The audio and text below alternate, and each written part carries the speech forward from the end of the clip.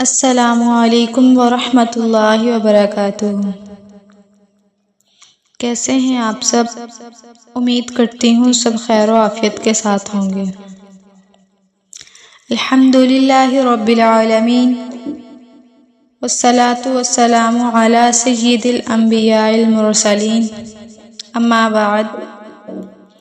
آج ہمارا دوسرا سبق ہے جس میں ہم سورۃ فلق کا ترجمہ، مختصر تشریح اور شان نزول پڑھیں گے۔ سب سے پہلے شان نزول پڑھتے ہیں۔ یہ دونوں صورتیں سورۃ ناس اور سورہ فلق اس وقت نازل ہوئی جب لوگوں نے آپ صلی اللہ علیہ وسلم پر جادو کرنے کی کوشش کی اور اس کے اثرات آپ پر ظاہر بھی ہوئے تھے۔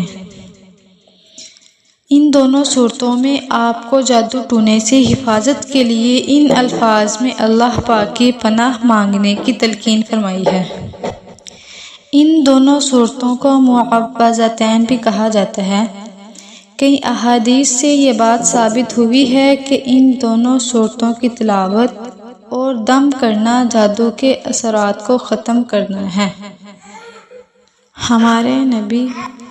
ہمارے نبی حضرت محمد صلی اللہ علیہ وسلم رات کو ان دونوں صورتوں کی سونے سے پہلے تلاوت کر کے اپنے ہاتھ مبارک پر دم کرتے تھے اور ان ہاتھوں کو پورے جسم پر پھیر لیتے تھے اور پھر ان دونوں ہاتھوں کو پورے جسم پر پھیرتے تھے۔ اعوذ باللہ من الشیطان الرجیم، میں پناہ میں آتی ہوں اپنے اللہ کے شیطان مردود کے شر سے۔ سورہ فلق مکہ میں نازل ہوئی۔ اس کی 5 آیات اور 1 رکوع ہے۔ قل اعوذ برب الفلق، کہہ دیجئے میں صبح کے مالک کی پناہ مانگتی ہوں۔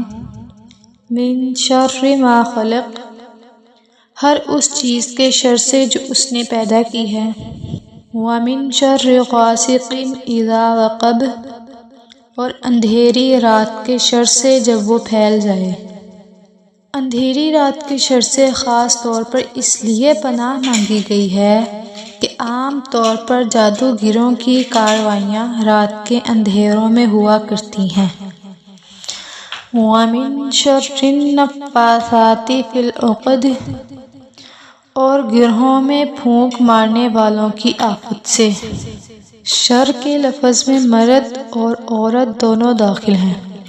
جادوگر مرد ہو یا عورت، دھاگے کے گنڈھے بنا کر اس میں گرہیں لگاتے جاتے ہیں، ان پر کچھ پڑھ پڑھ کر پھونکتے رہتے ہیں، ان کے شر سے پناہ مانگی گئی ہے۔ وَمِن شَرِّ حَاسِدٍ إِذَا حَسَدَ، اور حسد کرنے والوں کے شر سے جب وہ حسد کریں۔ آج کا سبق ہمارے یہیں پر ختم ہوتا ہے۔ ملتے ہیں انشاءاللہ اگلی ویڈیو کے ساتھ۔